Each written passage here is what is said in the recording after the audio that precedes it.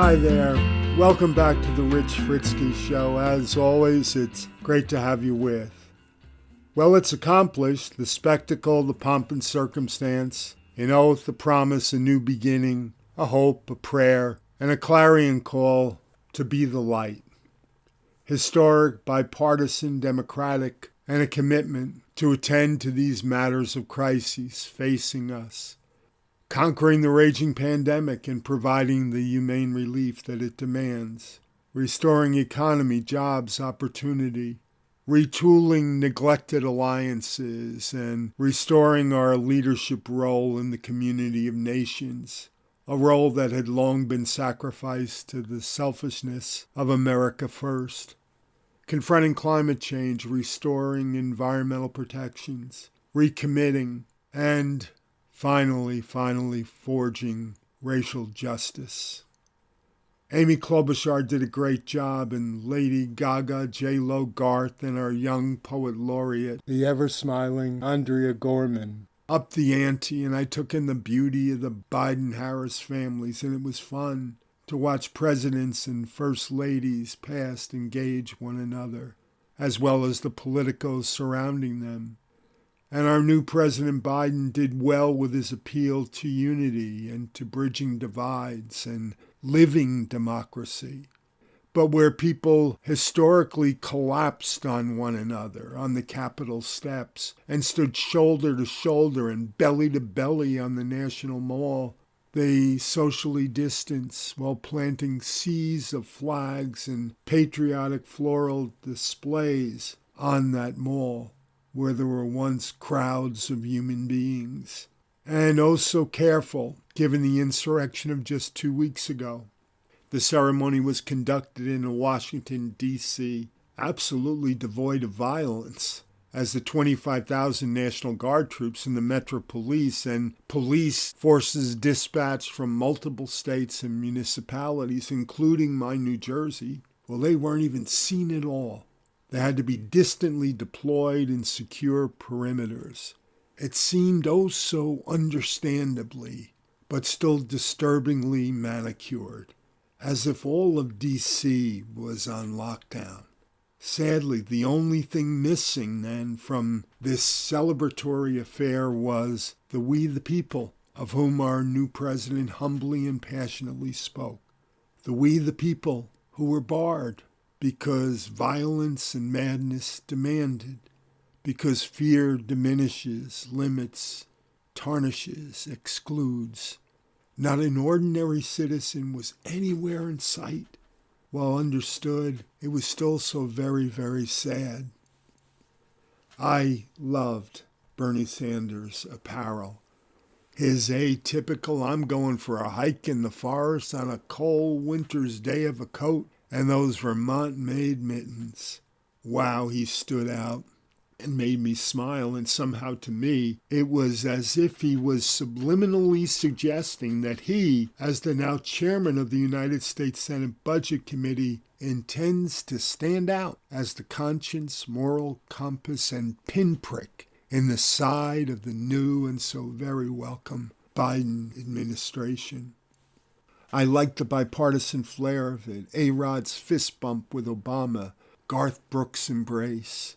I breathed a sigh of relief when a few of the prominent Democrats surrounding our soon-to-be ex-Vice President Pence, who must have felt as if he had been thrust into the middle of a prisoner of war camp, finally uttered a few words to him. And I was taken not necessarily by the eloquence of, but rather and ever so much more importantly by what seemed to me to be the fierce sincerity, noble intention, and lofty hopes of our new president. He struck me as a true believer, one who genuinely aspires to keep faith with a numb and nigh-on desperate people. I liked the palpable emotion of his priest, Father Donovan, who gave the invocation and who appeared to me to know and love Joe Biden's heart. And so too the love and tears on the faces of his beautiful family, and the catching, inviting, ebullient smile on Vice President Kamala's face If there's a smile that can move mountains, it just might be hers. And if only we could bottle the emotion of it all, the celebratory air of it all, the power of Lady Gaga's still echoing anthem, and the Be the Light of our poet laureate, and turn it all into a vaccine to inject into the spirits and souls of all Americans. Ah, would that there were such magic. But no, immediately after, the broadcast and print media would begin to do what they do. Shoot holes through a bit of it or a good bit of it or most of it, Fox or all of it, Newsmax, and Republicans on Capitol Hill would begin to tear into the 17 executive orders that the president, who indeed hit the ground running, signed that very afternoon. As for me, old liberal warhorse that I am, I like them all, aimed at the pandemic, saving the planet, ending racist bans, re-engaging global organizations as they were. Given that Martin Luther King Day was celebrated but 2 days earlier, and that the very day of the inauguration was the official Martin Luther King Day holiday, I'd like to take just a brief shot at the racial justice dynamic today, one of Biden's there stated priorities. I have great faith that his administration will pull every rabbit out of their hats to get at the pandemic, to do all possible to beat it back. And I believe that we're going to see immediate progress there. And while not quite fast enough, they're no doubt sincere about improving environmentally. They're at least going to get in the game again, and immediately so. And as to foreign affairs, there is already less fear in the world, and we will no longer play the role of the villain as Trump loved to. That was, of course, with the exception of the totalitarians. But as to racial justice, good Lord, in this realm, we've been bullshitting and demagoguing for my entire life. At least that is the last 50 years of it. He decommissioned Trump's 1776 commission yesterday. They had just issued their first report, which was clearly aimed at painting over our dark racist history. A work of fiction, it ought to be buried along with the commission itself. He also ordered federal agencies to root out racially unequal policies, noting, and I quote, that there is great evidence from economists that tearing down barriers to advancement for men of color and women of all races has fueled huge amounts of growth in the United States in decades past. Just how huge, I would argue to be questionable. But I still appreciate this token broaching of the great battle to be fought on the racial justice front. But come the next morning, I was disheartened to read this, that racial justice protesters in both Portland and Seattle on the night of the inauguration smashed windows, marched through the streets, saying that the Biden administration, quote, won't save us. Good God, what the hell then?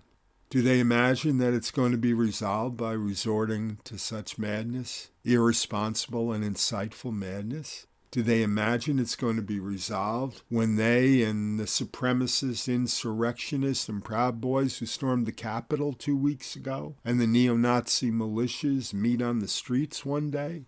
Just 2 days earlier, we celebrated Martin Luther King Day. And notably, just yesterday, our new president made it clear that achieving racial justice was again one of the 6 defining crises and challenges that we face simultaneously. And hey, there's an African-American vice president who you might suspect knows something about just how monstrous systemic racism can be. So give them a damn chance to engage before you burn another flag and negate rational attempts to forge change. Believe me, your approach only impedes and damages. That understood, the cause is right, for it has now been 52 years since Martin Luther King's assassination and death. 52 years since Bobby's as well. And with their deaths, so very sadly, idealism, integrity, and truth also seemed to die. or at least went on sabbatical. For with the end to their mutual crusades, indifference and myopia and the mythological and false promises of politicos alone won. Richard Nixon became president instead of Bobby Kennedy, and so began the war on crime that would dominate our politics for the next 40 years. What began with civil rights, voting rights, offices of economic opportunity in the extraordinary 60s had the wind sucked right out of its sail, and on race it has been all posture and pretense and little, if any, real progress since. Martin would always talk about the fierce urgency of now. He would tell us that moderation is the enemy, and that it is easier to build monuments than to do the hard work that change and justice demand. That we have not done so is clear, and that we have stood still for 52 long years ought also to be clear. For the economic divide between whites and blacks in the United States is virtually just what it was when these two great men last challenged us. And it is far wider than you may think. Recent data shows that for every $100 in wealth that white families accumulate, it's but $5 on the aggregate for an African American family. And white households have a median net worth of up to 13 times more than black households. And little progress has been made in closing racial pay gaps. The median wealth for African American households, listen to this, with college degrees, equals but 70% of the median wealth for white households without college degrees. And the gap only worsens as households grow older. African Americans are incarcerated at more than 5 times the rate of whites. And while whites use drugs at similar rates, the imprisonment rate of African Americans for drug charges is almost 6 times that of whites. And while President Obama may have proved our national commitment to racial equality, it was the vehement hatred of him that exposed the illusion for what it was and gave us Donald Trump. So just a suggestion, read Martin's and Bobby's ennobling speeches if you ever get a chance. Listen to them even better. Read James Baldwin and the speeches of Malcolm. And if you want to really go deep, there's Marcus Rediker's The Slave Ship, James Cone's The Moving and Theological, The Cross and the Lynching Tree, and ever so many more. The hope and the dream, despite our long sleep, live. It must live. For it's not merely about the acceptance of diversity and inclusion, but about justice, economic justice. And as my Maggie's good friend Glenn Kirshner says every day, because justice matters.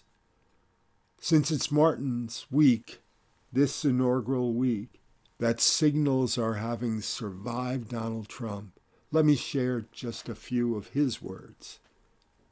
Hate for hate only multiplies hate, adding deeper darkness to a night already devoid of stars.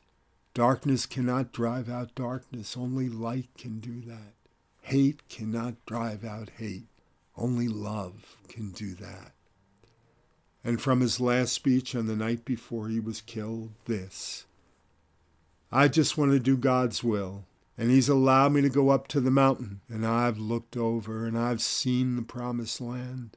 I may not get there with you, but I want you to know tonight that we as a people will get to the promised land. So I'm happy tonight. I'm not worried about anything. I'm not fearing any man. Mine eyes have seen the glory of the coming of the Lord. Upon which he dropped into a chair and just cried. It was as if he already knew just how long. The next night, on the day he died, speaking of him before an African American crowd in Indianapolis, Bobby Kennedy quoted Aeschylus, and his pain, which cannot forget, blood red, falls drop by drop upon the brow until against our will comes wisdom, through the awful grace of God. Less than 2 months later, he would be taken from us as well. Where we are today cannot, must not, and will not be the end of this story.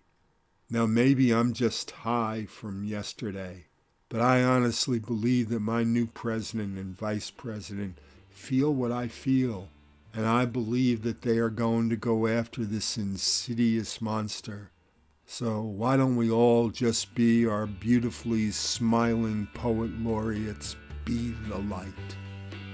Let's all see if we can help and be light for one another. Thank you, friends. That's a wrap for today. I pray you have a good week. Take care, and as ever, smile on your brothers and sisters out there. It's a new day.